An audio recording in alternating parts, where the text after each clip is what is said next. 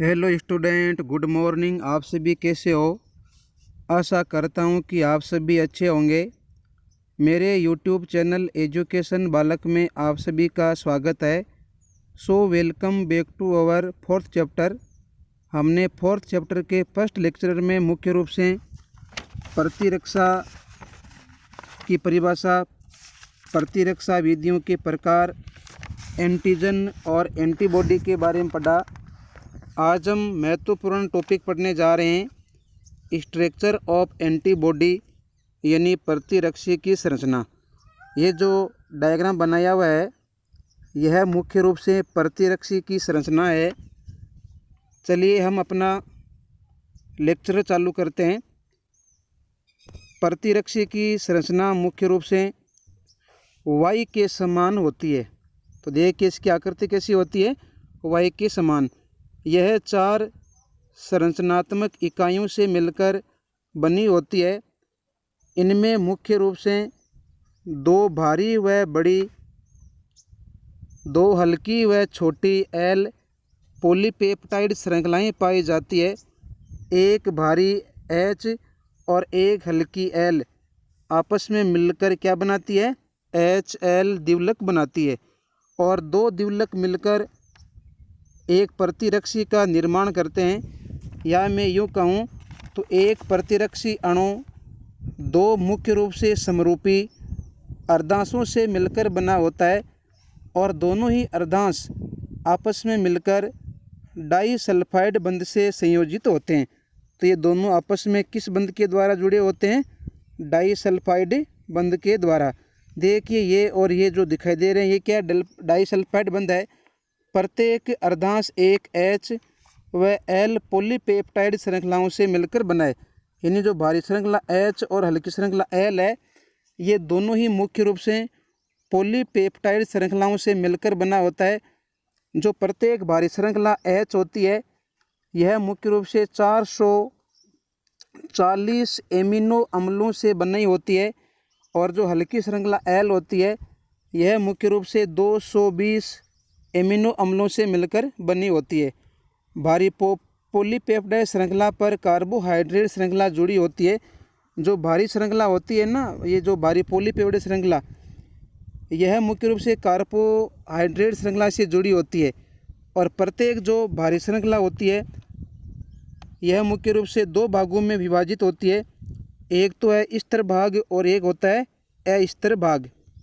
तो प्यारे बच्चों, जो प्रत्येक भारी और हल्की श्रृंखला है वो कितने भागों में विभाजित होती है, 2 में। एक तो है अस्तर भाग और दूसरा भाग है स्तर भाग। देखिए ये जो अस्तर भाग है यह भाग मुख्य रूप से प्रतिजन के साथ में क्रिया करता है। यह भाग किससे क्रिया करता है, प्रतिजन से। तथा श्रृंखला के NH2 यानी एमिनो अंश की तरफ पाया जाता है। इसे हम FAB कहते हैं। तो प्यारे बच्चों, जो अस्तर भाग है यह भाग किससे क्रिया करता है, प्रतिजन क्रिया स्थल से। और यह श्रृंखला के मुख्य रूप से NH2 अंश की तरफ पाया जाता है। इन्हें हम FAB कहते हैं। दूसरा भाग है स्तर भाग। देखिए ये रहा स्तर भाग। यह भाग श्रृंखला के COOH यानी कार्बोक्सिलिक अंश की तरफ होता है। इन्हें हम FC कहते हैं। अधिकतर प्रतिरक्षियों के जो वाई स्वरूप है दोनों भुजाओं में उद्गम स्थल लचीले होते हैं जिन्हें हम कब्जे या हिंज कहते हैं। तो देखिए ये जो स्तर भाग होता है यह श्रृंखला के COOH यानी कार्बोक्सिलिक अंश की तरफ होता है। इन्हें हम क्या बोलते हैं, FC कहते हैं। और अधिकतर जो प्रतिरक्षियों का जो वाई स्वरूप है दोनों भुजाओं के, ये जो दोनों भुजाएं हैं इनके उद्गम स्थल लचीले होते हैं जिसे हम कब्जे या हिंज कहते हैं। तो देखिए हमने प्रतिरक्षी की संरचना के बारे में पढ़ा अभी। अब हम पढ़ेंगे प्रतिरक्षियों के प्रकार कि प्रतिरक्षी है वो कितने प्रकार की होती है। प्रतिरक्षी मुख्य रूप से 5 प्रकार की होती है।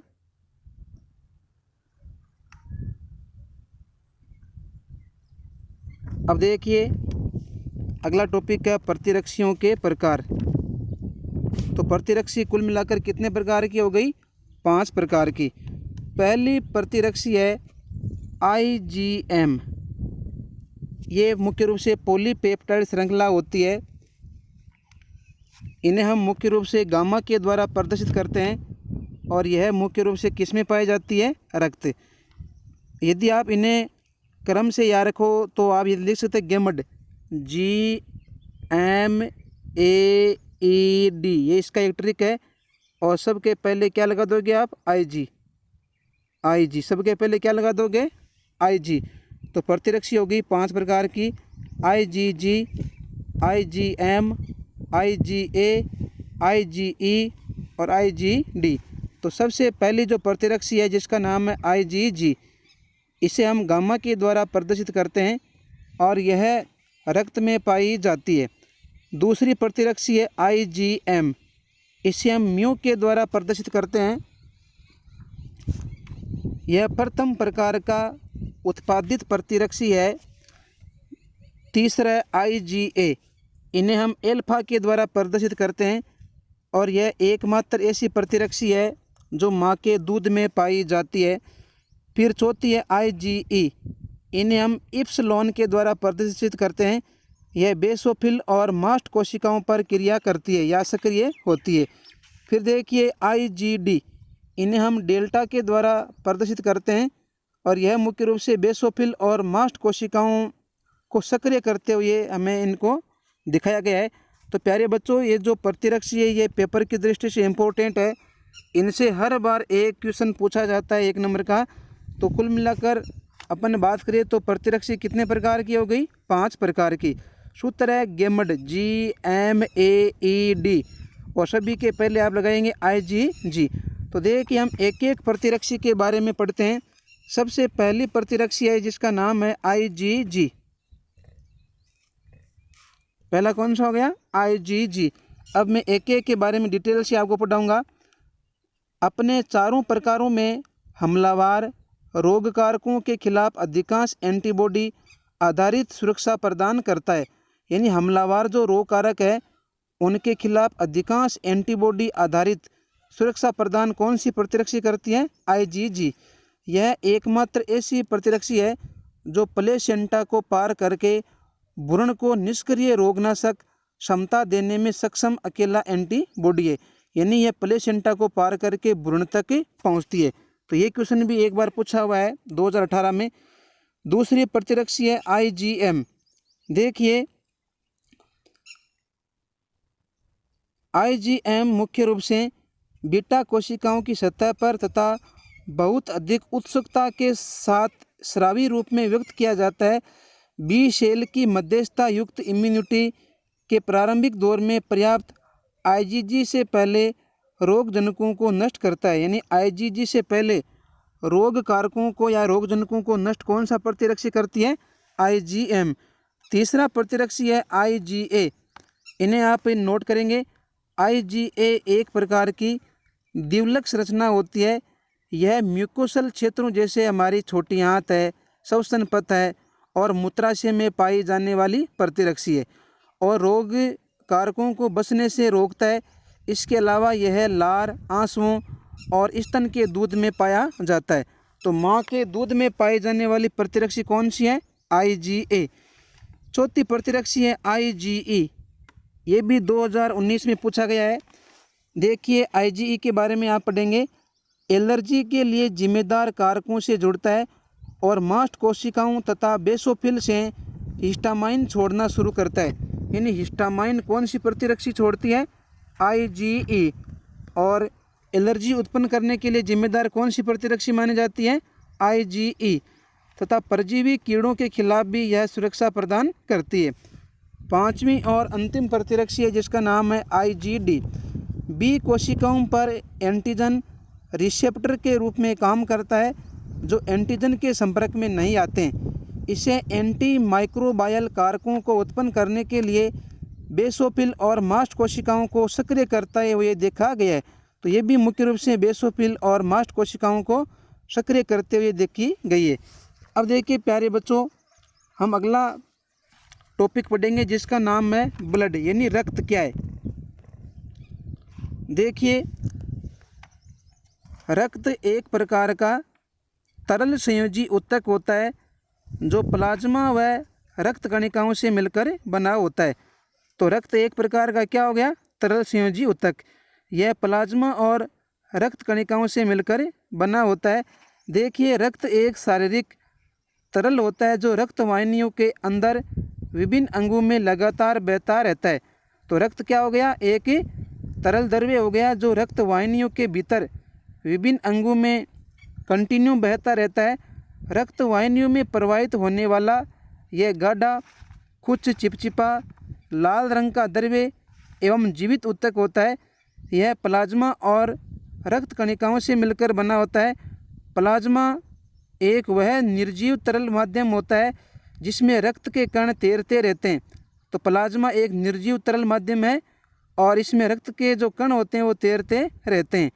प्लाज्मा के सारे ही यह कण सारे शरीर में पहुंच जाते हैं तथा पाचन क्रिया के बाद बनने वाले हानिकारक पदार्थों को उत्सर्जी अंगों तक ले जाकर उन्हें फिर साफ होने का मौका देते हैं। तो देखिए, रक्त एक प्रकार का तरल संयोजी ऊतक होता है जो मुख्य रूप से रक्त वाहिनियों के अंदर विभिन्न अंगों में लगातार बहता है।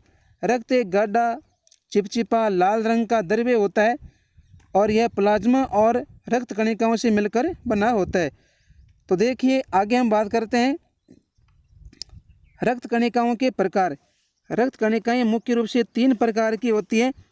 पहली है आरबीसी, दूसरी है डब्ल्यूबीसी और तीसरी है प्लेटलेट्स यानी बिंबाणु।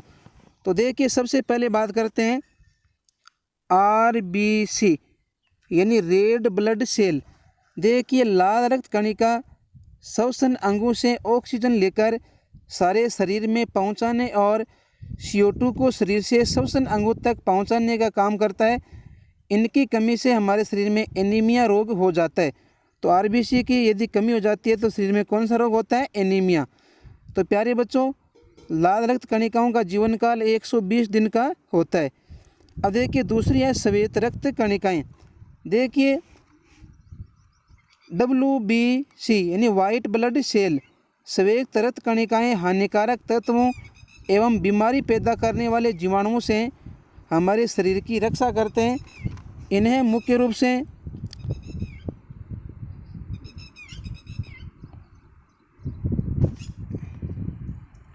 हमारे शरीर की सैनिक कणिकाओं के नाम से भी जानते हैं। तीसरी और अंतिम कणिका जिसका नाम है प्लेटलेट्स यानी बिंबाणु। देखिए, यह रक्त वाहिनियों की सुरक्षा एवं खून बनाने में सहायता करते हैं। तो कहने का मतलब है, यदि हमारे शरीर में चोट लग जाती है तो रक्त का थक्का बनाने का कार्य कौन सी कणिका करती है, बिंबाणु या प्लेटलेट्स। ये तो हो गया रक्त। आगे हम पढ़ेंगे ब्लड ग्रुप यानी रक्त समूह। देखिए, सर्वप्रथम वैज्ञानिक कार्ल लैंडस्टीनर ने सन 1901 में रक्त का विभिन्न समूहों में वर्गीकरण किया। ये सवाल भी सत्र 2019 में पूछा हुआ है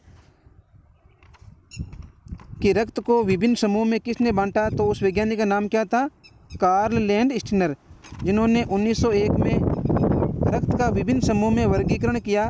लाल रक्त कणिकाओं की सतह पर उपस्थित आनुवंशिक प्रतिजनी पदार्थों की उपस्थिति या अनुपस्थिति पर आधारित रक्त का वर्गीकरण होता है। यानी जो आरबीसी होती है उनकी सतह पर जो आनुवंशिक प्रतिजनी पदार्थ पाए जाते हैं उनकी उपस्थिति या अनुपस्थिति के आधार पर रक्त का क्या होता है, वर्गीकरण।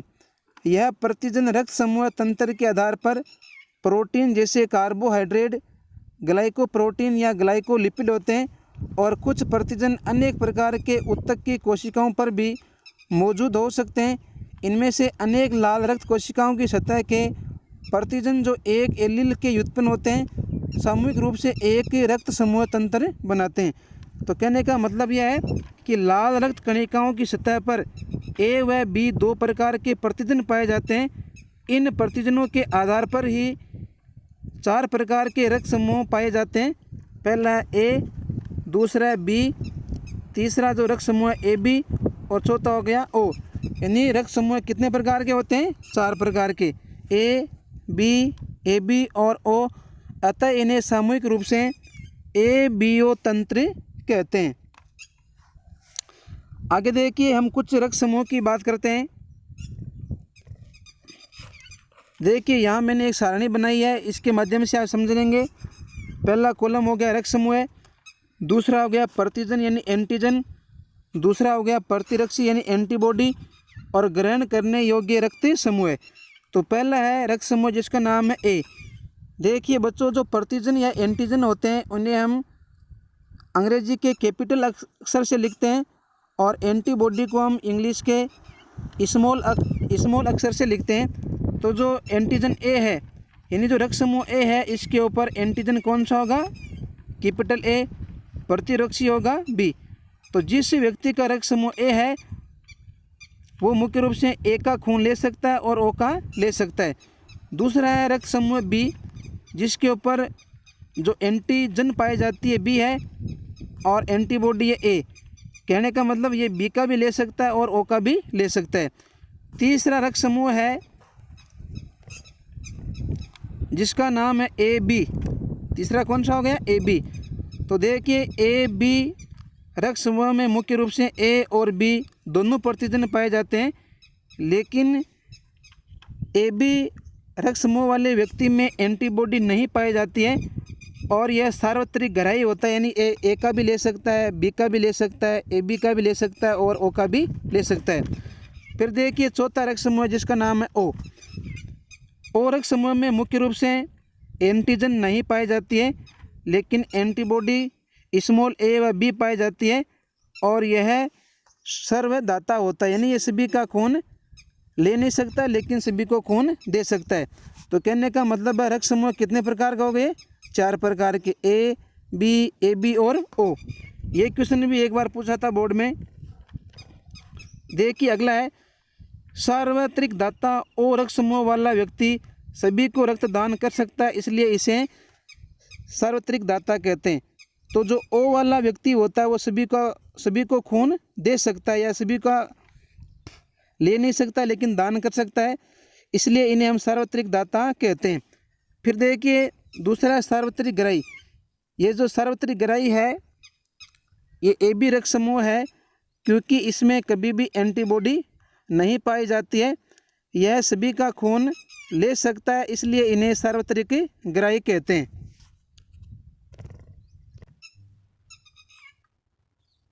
देखिए अगला टॉपिक है हमारा RH कारक। RH कारक ये भी एग्जाम की दृष्टि से बहुत ही महत्वपूर्ण माना जाता है। RH कारक लगभग 417 एमिनो अम्लों का एक प्रोटीन होता है, जिसकी खोज मकाकारिसस नामक बंदर में की गई थी।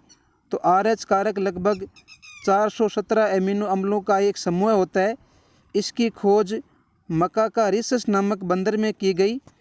मानव के शरीर में कुल 5 प्रकार के RH कारक पाए जाते हैं, जैसे पहला है RH-D, दूसरा है RH-E, फिर है RH स्मॉल e, फिर है RH कैपिटल C और फिर है RH स्मॉल c। तो कुल मिलाकर यदि अपन बात करें तो मानव में 5 प्रकार के RH फैक्टर पाए जाते हैं। पहला है RH-D, ये RH-D मुख्य रूप से एग्जाम में पूछा गया है। दूसरा है RH कैपिटल C, फिर है RH स्मॉल c, फिर RH स्मॉल e, फिर RH कैपिटल C। तो कुल मिलाकर RH कारक 5 प्रकार के हो गए। इन सभी कारकों में RH-D है वो सबसे महत्वपूर्ण है, क्योंकि RH-D प्रतिजन किसी व्यक्ति का रक्त प्रकार का पता लगाने में महत्वपूर्ण है। यानी जो RH-D है वो एंटीजन किसी भी व्यक्ति का जो रक्त का प्रकार है उनका पता लगाने में सबसे महत्वपूर्ण माना जाता है। RH पॉजिटिव व नेगेटिव भी होते हैं। जिन व्यक्तियों में RH कारक पाए जाते हैं उन्हें RH धनात्मक कहते हैं और जिन व्यक्तियों में RH कारक नहीं पाए जाते हैं उन्हें RH ऋणात्मक कहते हैं। देखिए अपन बात करते हैं, एक रोग है जिसका नाम है गर्भ रक्ताणुकोरकता। देखिए ये क्या होता है, RH कारक शिशु के जन्म में महत्वपूर्ण भूमिका निभाते हैं। ये जो RH कारक होते हैं ये मुख्य रूप से शिशु का जो जन्म होता है उसमें ये महत्वपूर्ण भूमिका अदा करते हैं। यदि शिशु का जो रक्त है वो मुख्य रूप से RH पॉजिटिव होता है एवं जो माता होती है उसका रक्त RH नेगेटिव होता है तो प्रतिरक्षी आक्रमण करने के कारण शिशु की मृत्यु हो सकती है। कहने का मतलब यदि शिशु का रक्त RH पॉजिटिव हो और माता का रक्त RH नेगेटिव हो तो प्रतिरक्षी आक्रमण करने के कारण जो शिशु होता है उसकी मृत्यु हो सकती है। यदि शिशु जीवित रहता है तो वह अत्यंत कमज़ोर एवं हेपेटाइटिस रोग से ग्रसित रहता है। इसे हम गर्भ रक्ताणुकोरकता या इरिथ्रोब्लास्टोसिस फेटालिस के नाम से जानते हैं। इस रोग के उपचार हेतु 24 घंटों के भीतर माता को प्रति IgG प्रतिरक्षी का टीका लगाया जाता है, जिन्हें हम रोगम प्रतिरक्षी कहते हैं। देखिए ये रहा,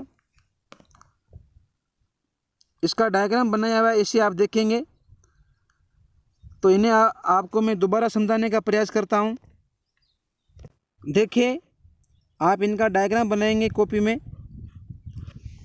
यदि RH माइनस माता एक से अधिक बार RH पॉजिटिव शिशु से युक्त गर्भाधारण करती है तो RH कारक के कारण गंभीर समस्या उत्पन्न होती है। यानी RH नेगेटिव माता यदि एक से अधिक बार RH पॉजिटिव शिशु से युक्त गर्भाधारण करती है तो RH कारक के कारण गंभीर समस्या पैदा हो जाती है। RH जो कारक होते हैं वो मुख्य रूप से क्या होते हैं, वंशानुगत होते हैं, यानी एक पीढ़ी से दूसरी पीढ़ी में जाते हैं। जो RH पॉजिटिव है वो प्रभावी होता है और RH जो नेगेटिव होता है वो मुख्य रूप से अप्रभावी होता है।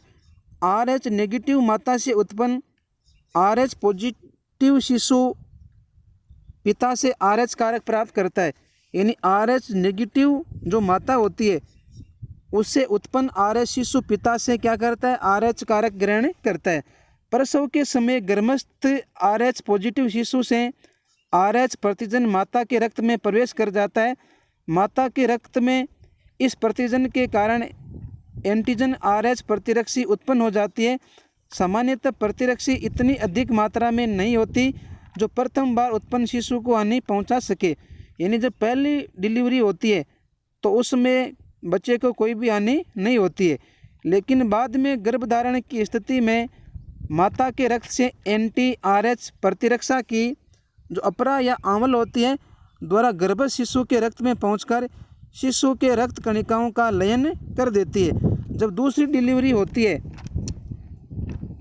तो माता के रक्त से जो anti-RH प्रतिरक्षी है वो अपरा के द्वारा यानी प्लेसेंटा के द्वारा जो माँ के पेट में गर्भ होता है उनके रक्त में पहुंचकर शिशु के रक्त कणिकाओं का लयन कर देती है। गर्भस्थ शिशु या नवजात शिशु के इस घातक रोग को हम इरिथ्रोब्लास्टोसिस फेटालिस कहते हैं। इस रोग से ग्रसित शिशु को हम ऋष शिशु कहते हैं। सामान्यतः इनका जन्म समय पहले हो जाता है तथा इसमें रक्ताल्पता यानी एनीमिया पाई जाती है। शिशु के संपूर्ण रक्त को स्वस्थ रुधिर द्वारा प्रतिस्थापित करके शिशु की जिंदगी को बचाया जा सकता है। इस क्रिया से बचने के लिए प्रथम प्रसव के 24 घंटों के अंदर माता को IgG प्रतिरक्षी का टीका लगाकर इनका उपचार किया जाता है। इन्हें रोगम प्रतिरक्षी कहा जाता है। ये प्रतिरक्षी माता के शरीर में प्रतिरक्षी उत्पन्न होने से रोकती है। प्यारे बच्चों, मेरा ये वीडियो आपको कैसा लगा? यदि आपको ये वीडियो अच्छा लगा तो इसे लाइक कीजिए, सब्सक्राइब कीजिए और आगे से आगे शेयर कीजिए और साथ साथ नोट्स बनाते रहिए। यहाँ से आप नोट्स भी बना सकते हैं, यहाँ से आप नोट्स बना लीजिएगा और वहाँ से बना लेना डायग्राम। ये रहा प्रतिरक्षी की संरचना, प्रतिरक्षी के प्रकार, रक्त कणिकाओं के प्रकार, रक्त समूह है, RH कारक के बारे में यहाँ से लिख लेंगे आप, महत्व भी लिखना। ये रोग रहा एरिथ्रोब्लास्टोसिस पेटिलिस या गर्भ रक्ताणु कोरकता, ये सारा दिया हुआ है।